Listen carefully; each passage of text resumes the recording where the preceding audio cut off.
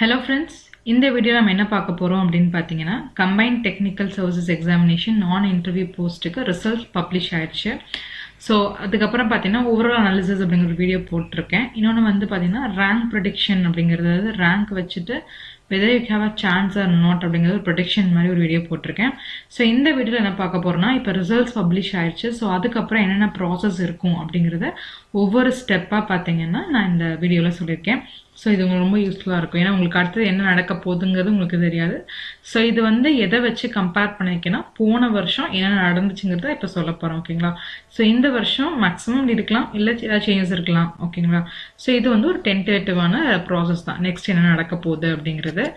So இதில் next process பார்த்தீங்க அப்படின்னா, ஸோ ஓசிவி அப்படின்னு சொல்லுவாங்க. அதாவது ஆன் ஸ்க்ரீன் சர்டிஃபிகேட் வெரிஃபிகேஷன் அப்படின்னு சொல்லலாம், இல்லை ஆன்லைன் சர்டிஃபிகேட் வெரிஃபிகேஷன் கூட சொல்லலாம். அதாவது ஸோ என்ன பண்ணுவாங்கன்னா, இப்போ ரிசல்ட் பப்ளிஷ் பண்ணிட்டாங்க. ஸோ நெக்ஸ்ட் என்ன பண்ணுவாங்கன்னா, ஸோ நான் சொன்ன மாதிரி போன தடவை சொன்னேன் 1171 மேபி கூப்பிடலாம் அப்படின்னு சொன்னது ரேங்கிங் இருக்கும்.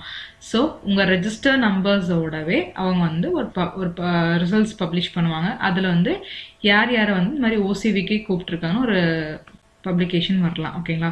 ஸோ அதாவது ஆன் ஸ்க்ரீன் சர்டிஃபிகேட் வெரிஃபிகேஷன் அப்படிங்கிறது என்னன்னா, நீங்கள் டிஎன்பிசி அதாவது எக்ஸாமுக்கு அப்ளை பண்ணுறப்ப டாக்குமெண்ட்ஸ் எல்லாத்தையுமே அப்லோட் பண்ணியிருப்பீங்க. ஸோ அந்த டாக்குமெண்ட்ஸ் எல்லாத்தையுமே ஒரு டைம் வந்து பார்த்தீங்கன்னா வெரிஃபை பண்ணுவாங்க. ஸோ அதில் ஏதாவது மிஸ்டேக்ஸ் ஏதாவது இருந்துச்சுன்னா கூட சம்டைம்ஸ் வந்து அதை மறுபடியும் அப்லோட் பண்ண சொல்லுவாங்க, ரீ அப்லோட் பண்ண சொல்லியிருப்பாங்க. ஓகேங்களா? இதுதான் ஃபஸ்ட்டு ப்ராசஸ்ங்க. ஸோ ஆன்லைன்லேயே எல்லாம் நம்ம சப்மிட் பண்ண சர்டிஃபிகேட்ஸை வெரிஃபை பண்ணுவாங்க. இது ஃபர்ஸ்ட் ஸ்டெப்புங்க. ஸோ இது முடிஞ்சதுக்கு அப்புறம் என்ன பண்ணுவாங்க, நெக்ஸ்ட் அந்த ரெஜிஸ்டர்ஸ் நம்பர்ஸ்லேருந்து யார் யார் ஓசிபியில் ஓகேவோ அடுத்தது வந்து பார்த்தீங்கன்னா ஃபிசிக்கல் சர்டிஃபிகேட் வெரிஃபிகேஷன் அண்ட் கவுன்சிலிங்க்கு கால்ஃபர் பண்ணுவாங்க. ஓகேங்களா? ஸோ இது அடுத்தது என்னன்னா, நீங்கள் வந்து பார்த்தீங்கன்னா டிஎன்பிஎஸ்சி சென்னையே போகிற மாதிரி இருக்கும். ஸோ இங்கே வந்து பார்த்தீங்கன்னா உங்கள் ஒரிஜினல் சர்டிஃபிகேட்ஸ் எல்லாத்தையும் நீங்கள் கொண்டு போகணும். அதை வந்து ஃபிசிக்கலாக அவங்க வெரிஃபை பண்ணிவிட்டு, ஸோ அதெல்லாம் ஓகேனா நீங்கள் அப்போவே வந்து கவுன்சிலிங் அட்டன் பண்ணுற மாதிரி இருக்கும். ஓகேங்களா? ஸோ இந்த கவுன்சிலிங் பார்த்தீங்க அப்படின்னா, நீங்கள் மேபி இப்போ வந்து நீங்கள் இப்போ அண்ணா யூனிவர்சிட்டி சென்னைலாம் கவுன்சிலிங் போயிருந்தீங்கன்னா எப்படி நடக்குமோ, ஸோ அதே மாதிரி தான் இந்த டிஎன்பிஎஸ்சி கவுன்சிலிங்கும் நமக்கு நடக்கும். ஸோ அதே மாதிரி ரேங்கிங் படி வரிசையாக ஃபில் ஆகிட்டே இருக்கும். ஸோ அப்படியே ஒவ்வொரு பேட்சும் நமக்குள்ளே விடுவாங்க. சரிங்களா? ஸோ இந்த மாதிரி தான் நமக்கு ப்ராசஸ் நடக்கும். ஸோ இப்போ வந்து நமக்கு ரிசல்ட் அப்படிங்கிறது ஜஸ்ட் வந்து ரேங்கிங்கோட பப்ளிஷ் ஆயிருக்கு.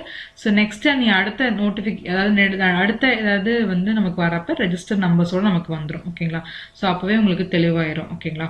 ஸோ ஃபஸ்ட்டு ஓசிவி இருக்கும், அதுக்கப்புறம் பிசிவி அண்ட் கவுன்சிலிங் இருக்கும். ஓகேங்களா? ஸோ ஏதாவது டவுட்ஸ் இருந்தால் கூட கமெண்ட் செக்ஷனில் கமெண்ட் பண்ணுங்கள். தேங்க்யூ.